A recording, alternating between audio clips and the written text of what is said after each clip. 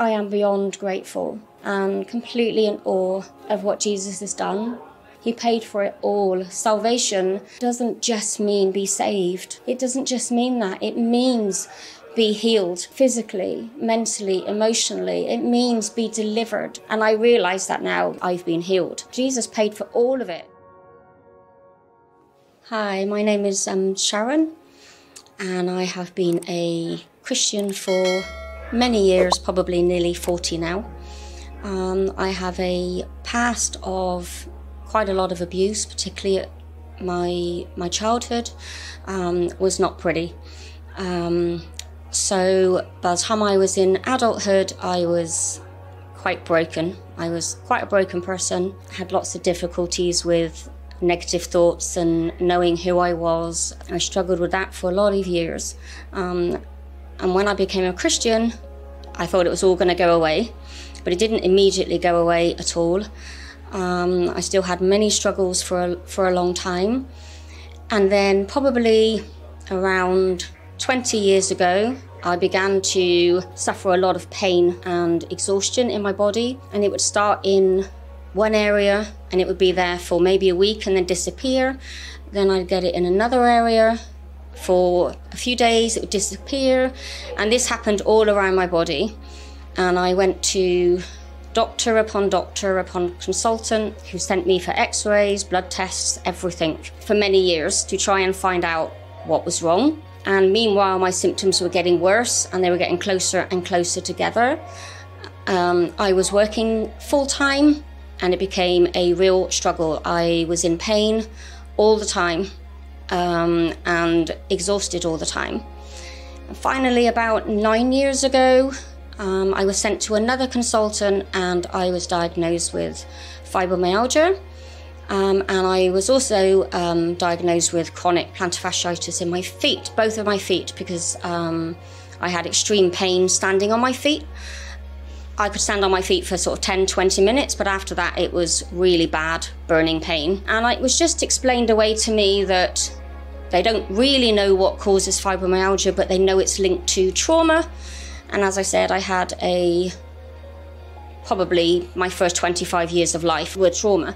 So they just explained it away as trauma, and they told me that it was lifelong and it was just going to get worse. And many people I know that have had it, that's been their experience, they've got worse. And it was true that was my experience. I gradually got worse until I didn't remember what it felt like to not be in so much pain. I woke up, I was in pain. I went to bed, I was in pain, exhausted all the time. I reached a point where I had to change my work to part-time because I couldn't cope with full-time. And even then, I would finish work, I would go home and I would lie on the sofa in a lot of pain.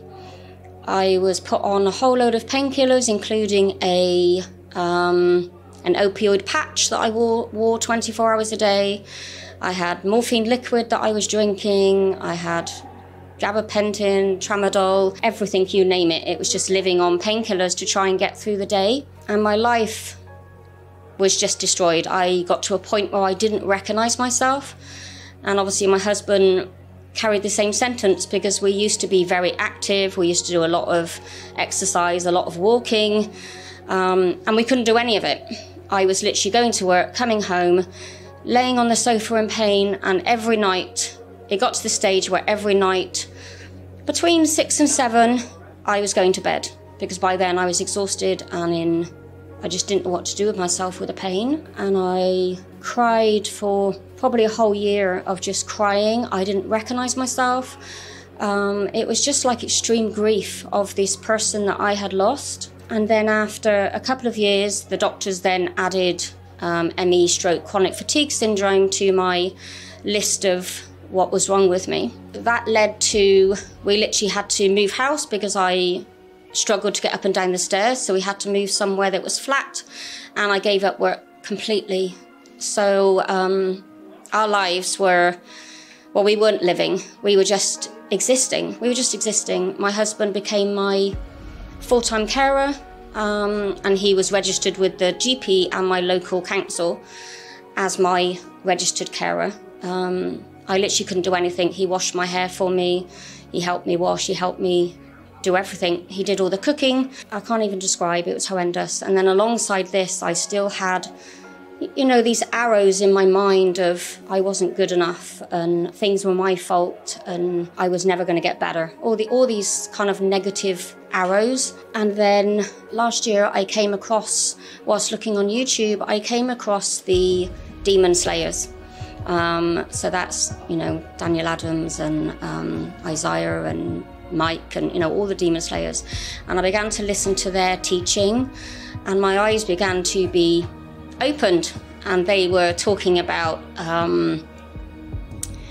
Christians carrying demons, which I had never been taught at all that a Christian could carry a demon, and I had no indication that I was carrying demons, because, as I say, my condition was explained away by the doctors as being caused by my trauma. That was their explanation, and I was also diagnosed with complex PTSD, and obviously their explanation for that was also my trauma. But they began to paint a different picture for me, and then I read a book by one of the Demon Slayers, and it had lots of prayers in there of curse breaking, renunciations, and talked about how we agree with things, and when we agree with these diagnoses and all these negative thoughts, that we're actually on the side of the enemy, and we're actually not on God's side, because I know that the Bible says I've been healed, and, you know, sickness is not my portion. But every time I agreed with my diagnosis and would say to someone, I have fibromyalgia, I have, you know, plantar fasciitis, I began to realize that in doing that, I was enforcing what was wrong with me. I was agreeing with it, enforcing it. And I literally came to a place where I just repented. I was crying. I repented of all of it. And this real realization of what I had done, that I had been on the enemy's side. I repented. I went through many prayers of renunciation, renounced it all. And I went through renunciations of the abuse I'd been through. Even though it wasn't my fault, it was still sin done to me. So I renounced all of that, a whole load of generational curse breaking. After that, for the next couple of weeks, I noticed a change in my pain levels. Just that renunciation and coming out of agreement with my diagnosis and all the pain was having an impact. I was taking less painkillers, and you know, I could feel a shift, but obviously it was still very much there, but there was a definite shift. And then one day at home, one of the Demon Slayers was doing deliverance online, and they began to call out things, and they got to trauma, and I started to manifest at home, which was a horrendous shock. It was my first indication that what I was suffering from may actually be spiritual and not physical, like the doctors had told me. So I quickly searched where I could get deliverance, and I found out that Daniel Adams was coming to Epsom literally 2 weeks later. So I went to Epsom, and I was prayed for by a couple of people, and I went through a lot of deliverance, and they literally called out all of this trauma and fibromyalgia, chronic fatigue, my feet. They literally called it all out, and as they were calling it out, I was manifesting and coughing this stuff up. It went on for quite a while, but I got off that floor and I stood up, and even as I stood up, the pain was gone. And I had not remembered what it felt like to not be in pain for 9 years. I could not remember what it felt like to not feel pain in my body. So to stand up and have no pain in my body, I can't even describe how I felt. So in awe of God, so grateful to the ministry and that the Lord had showed me this way, and made me realize that it was just all lies. It was all lies that I had agreed with.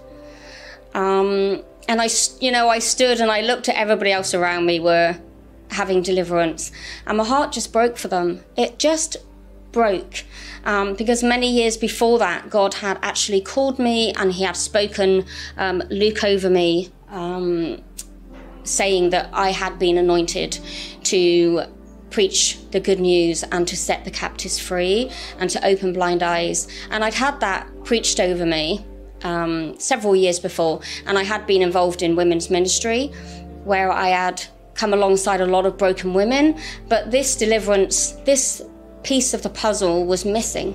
It was missing, and I never understood why. I never understood why we weren't seeing the miracles that Acts tell us about.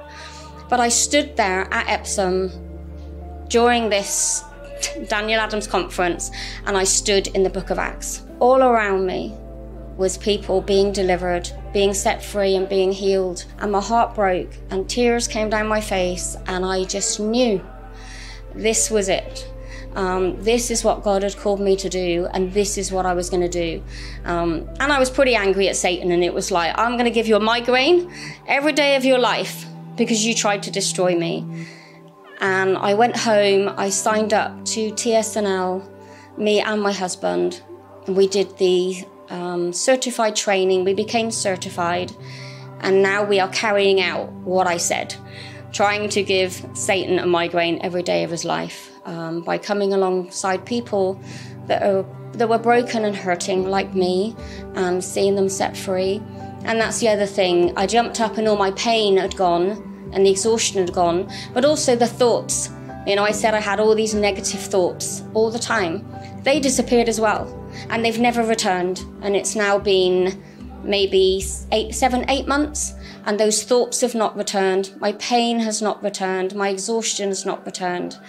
And I have my life back, all because of Jesus Christ and this amazing ministry. And I am beyond grateful, and completely in awe of what Jesus has done. He did pay for it all on the cross. He paid for it all. Salvation is from sozo, and it doesn't just mean be saved. It doesn't just mean that. It means be healed physically, mentally, emotionally. It means be delivered. And I realize that now. You know, Jesus paid for all of it, that we're supposed to be whole, completely whole. And through this ministry, he has shown me that. And I finally, after many, many years, I finally feel that wholeness in me, that I'm whole and I'm what God created me to be. And yeah, from here on in, it's whatever he wants me to do. And spending my days sharing my testimony, sharing my story, to say there is hope, there's always hope. And don't listen to the lies of the enemy. The enemy comes to kill, steal and destroy. But Jesus came, and he came to bring us life, and life more abundantly. And I can honestly say, in the last 8 or 9 months, that is what he's brought. That is what he's brought. And I now would not change my life for all the tea in China. All the money in the world, I would not change my life.